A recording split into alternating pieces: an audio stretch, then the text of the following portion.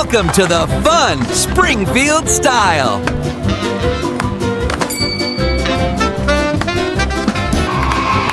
Thanks for watching. Don't forget to like and subscribe.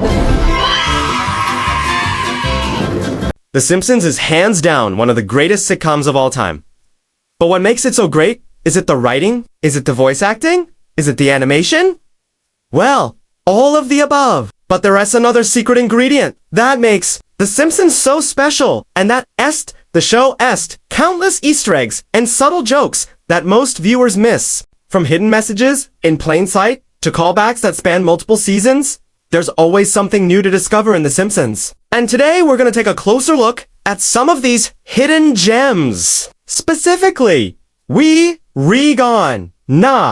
taking a look at 5 things you never noticed in classic episodes of The Simpsons. Got it? Get it? Good. Let's take a look. Number 5. Principal Skinner's Past.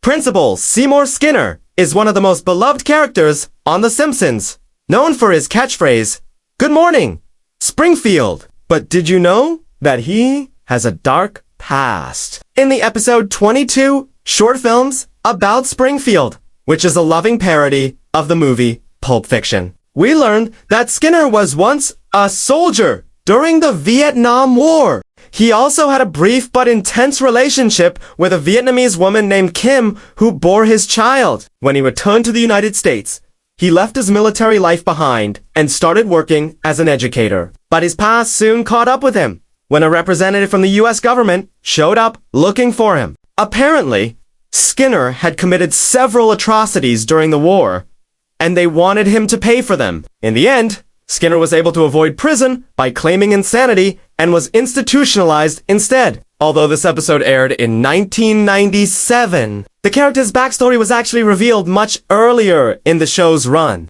During the second season, we see a flashback of a young Skinner in the army where he learns about the death of his comrade, presumably in battle. At the end of the flashback, he tells his commanding officer that he wants to go home, suggesting that he's already struggling with the horrors of war. Later on in the series, we learn that Skinner's last name is Seymour, which is a reference to Rear Admiral Chester W. Nimitz's code name during World War II.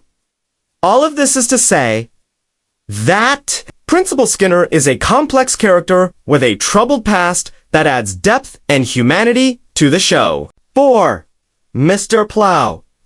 One of the most memorable moments in The Simpsons history is from Season 3, Episode Num, Stark Raving Dad. This is the episode that Michael Jackson makes a guest appearance on the show. It was also the first episode to feature the character of Frank Grimes, a hard-working man who becomes insane after learning about the many advantages that Homer Simpson has enjoyed in life. In one scene, Homer is looking through a TV guide and he sees an ad for Mr. Plow, a plowing service owned and operated by himself and Barney Gumble. The ad reads, "Call Mr. Plow. We'll plow your lawn for a reasonable fee." What is interesting about this ad is that it was created by Matt Groening as a placeholder and was never intended to be seen by anyone other than the show's crew. But when the episode aired, fans were quick to notice, and the show's creators decided to make Mr. Plow an actual character on the show. Since then, Mr. Plow has appeared in several episodes, and even has his own recurring theme song, which has become a fan favorite. 3. The Monorail? In Season 4, Episode 12, Marge vs.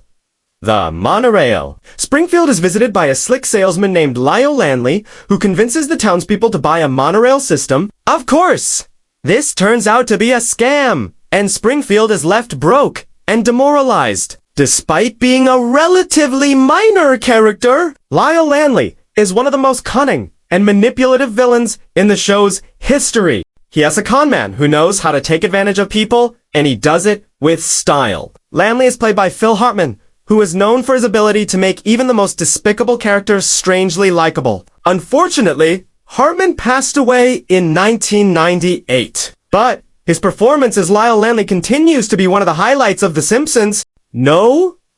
2. Comic book guy.